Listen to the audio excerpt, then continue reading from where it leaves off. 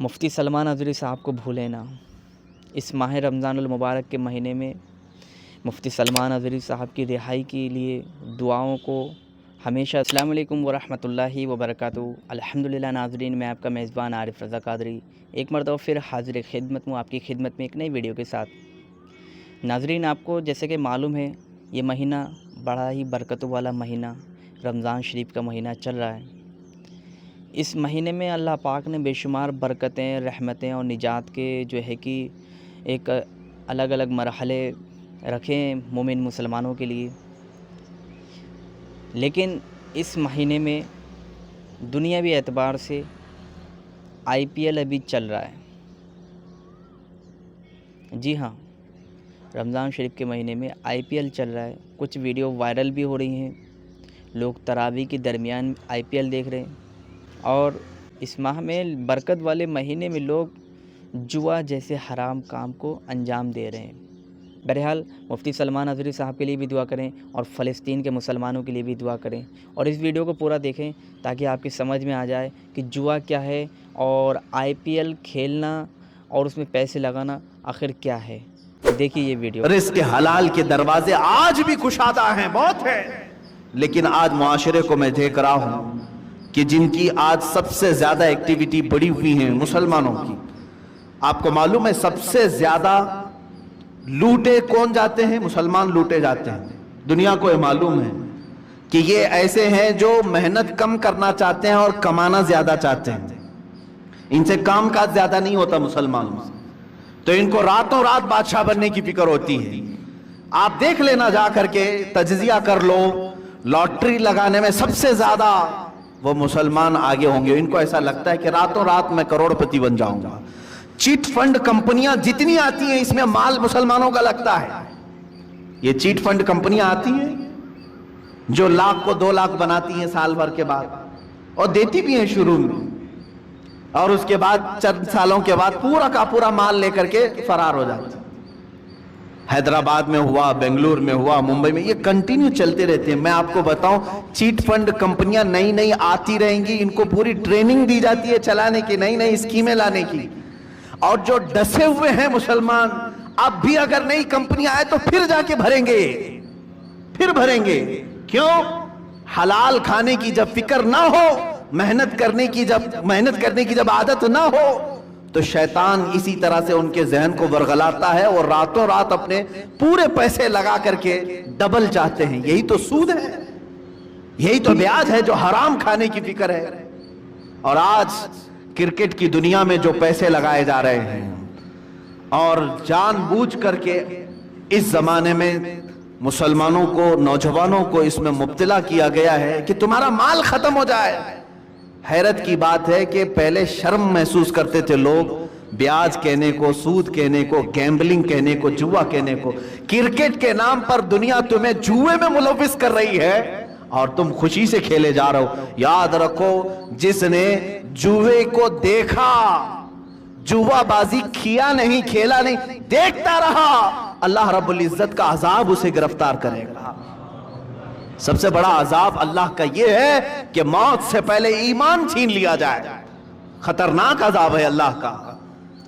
جوا اللہ رب العزت کی بارگاہ میں ہرگز پسند نہیں۔ انما الخمر والمیسر والانصاب رجس من عمل الشیطان، اللہ فرماتا ہے شیطان کی غلاظتوں میں سے ہے یہ جوا، شیطان کی غلاظتوں میں سے، شیطان کے پخانوں میں سے ہے یہ۔ اتنی غلیظ چیز ہے جس کو آج فخر کے ساتھ کر رہے ہیں، بیٹنگ لگانا، بکنگ کرنا، اور آج کرکٹ کے نام IPL کے نام پر۔ اب یہ دیکھیں، پہلے تو گورنمنٹ میں بھی اس طرح کا جرم سمجھا جاتا تھا نا، بیٹنگ کرنا اور پیسے لگانا، میچ فکسنگ کرنا، یہ سب جرم سمجھا جاتا تھا، بلکہ آج تو یہ ہے کہ اسی نام پر یہ کھیل چل رہے ہیں، اسی نام پر۔ مجھے ہمارے ایک بچے نے کہا کہ اب تو ایپ بنا دیا گیا ہے، ایپلیکیشن، کہ کہیں ادھر ادھر ایجنٹوں کو پیسے دینے کی ضرورت نہیں، ایپلیکیشن بن کر کے آیا ہے، اسی میں آپ پیسے ڈال دو، اور میچ میں جتنے پیسے لگانا ہے لگاؤ۔ شروع میں جو لگاتا ہے اسے لگ کر کے بھی آ جاتے ہیں، اور یہ خوش ہو جاتا ہے نوجوان، میں نے 500 لگایا تھا، 1000 آ گئے میرے پاس۔ اللہ کی پناہ میرے عزیزو، تمہارا ایمان غارت ہو جائے گا، ختم ہو جائے گا۔ ये मैच फिक्सिंग के मामलात, बुकिंग, बेटिंग, ये पूरा का पूरा जुआ खेल रहे हैं बच्चे हमारे।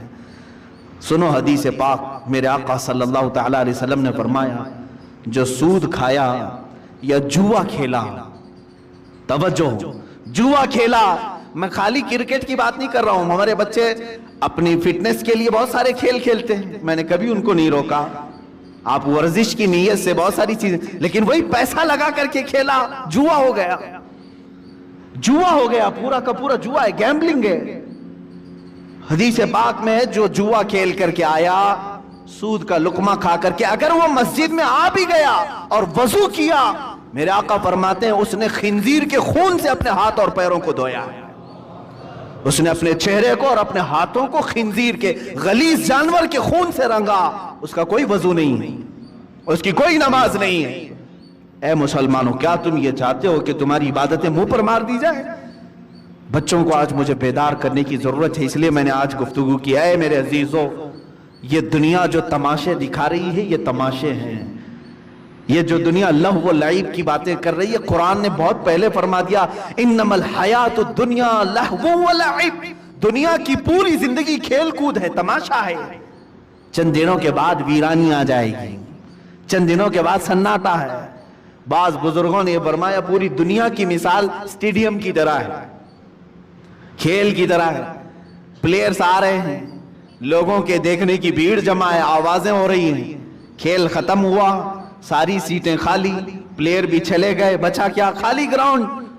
तुम्हारी जिंदगी दुनिया में ऐसी ही है, तुम आए हो हंसी खुशी खेल कूद सब चीजों में अपनी जिंदगी खत्म किए, अचानक मलकुल मौत का पंजा पड़ेगा और फिर जब तुम कब्रिस्तान में ले जाए जाओगे तो सारा का सारा सन्नाटा होगा, कुछ नहीं, अब दुनिया का शोर शराबा कुछ नहीं, वहां फिर सजा देने वाले फरिश्तों की चिंगार सुनाई दे सकती है। अजीजा ने गिरामी वक़ार, हमारा जब अकीदा आखिरत पर है, आखिरत पर, मुझे एक बड़ी अच्छी बात याद आती है। एक बड़े आलिम दीन थे, उनके मुतालिक मैंने पढ़ा, वो ट्रेन में सफर कर रहे थे, सामान कुछ ज्यादा हो गया था और उसकी फीस भरनी थी, जो पेनल्टी होती है, या तो फिर उसका गवर्नमेंट को भरना था चार्ज। टीटी जो था उसने कहा, मौलाना साहब रख लीजिए, मैं ही हूं सफर पर, अगले स्टेशन तक मैं हूं, मेरे बाद जो टीटी आएगा उसको मैंने कह देना है, मैं बता दूंगा कि मौलवी साहब सफर पर हैं, वो भी आपको कुछ फाइन नहीं लगाएगा और आगे स्टेशन तक आपको छोड़ देगा। मौलाना साहब ने पूछा कि वो कहां तक चलेगा?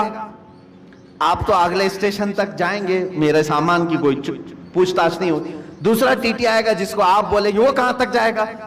कहा ट्रेन जहां तक जाएगी वो टीटी रहेगा। तो उन्होंने कहा नहीं, मुझे और आगे तक जाना है, मुझे और आगे तक जाना है। क्या वो टीटी वहां तक आएगा? कहा कहां तक जाना है? कहा मुझे मैदान महशर तक जाना है, वहां तक जाना है। अगर वो तुम्हारा टीटी वहां पर भी सिफारिश कर देगा और अल्लाह से मेरे इस जुर्म की सजा को कम करवा देगा, मैं खामोश बैठता हूं। तुम मुझसे चोरी करवा रहे हो।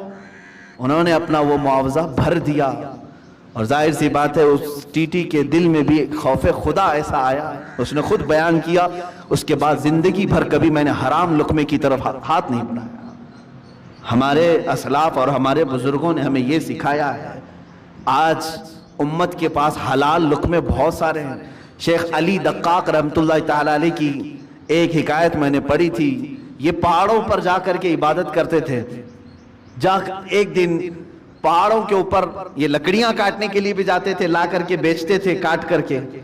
एक दिन देखा एक थैला वहां पड़ा हुआ है, थैली छोटी सी, और उसको हिला करके देखा तो सोने के सिक्के थे, अशरफियां थी।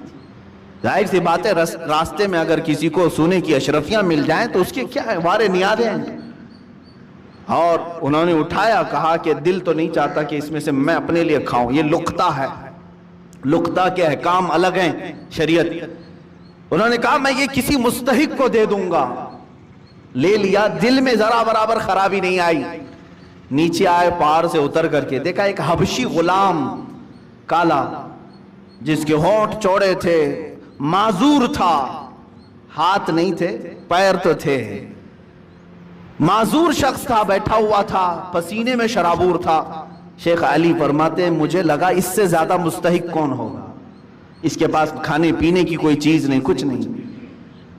आप ले जाकर के वो सोने के सिक्के वाली जो थैली है, अशरफियों की थैली, उस हबशी गुलाम को दे देते हैं, ले तो अपने खर्चे कर, इसमें मजे के साथ जिंदगी गुजार।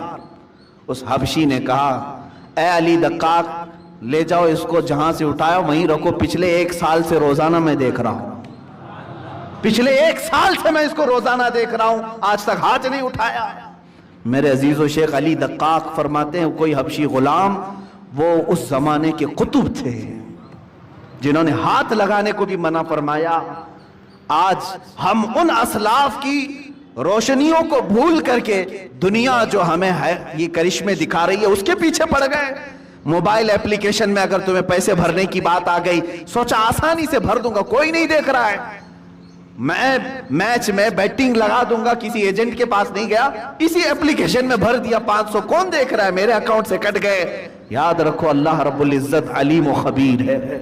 ला ताखुदहु सिनतु वला नौम, जिसके पास तुम्हें फैसला देना है उसे तो ऊँघ भी नहीं आती, नींद भी नहीं आती। हमसे बच लोगे, आज दुनिया से बच लोगे, दोस्तों अहबाब को छुपा करके तुम जुआ खेल लोगे, लेकिन दोस्तों अहबाब तुम्हारा ना फैसला करने वाले हैं, ना तुम्हें सजा व जजा देने वाले हैं। जिसके पास फैसला होना है उसकी तो शान ये है कि उसे ऊँघ भी नहीं आती, वो गाफिल भी नहीं है किसी चीज से, तुम्हारे हालतें, तुम्हारे दिल की खबरें वो सब जान रहा है। तो याद रखो, जो नौजवान इस आफत और बला में मुलविस हो गए, उनके लिए मैं कहूंगा कि तुम्हारे लिए दर्दनाक अज़ाब। देखा आपने वीडियो के अंदर मुफ्ती सलमान अज़हरी साहब ने कितने अच्छे तरीके से वाज़ेह तौर पर हकीकत बयान करी, और आज हम उन्हें भूले बैठे हुए हैं।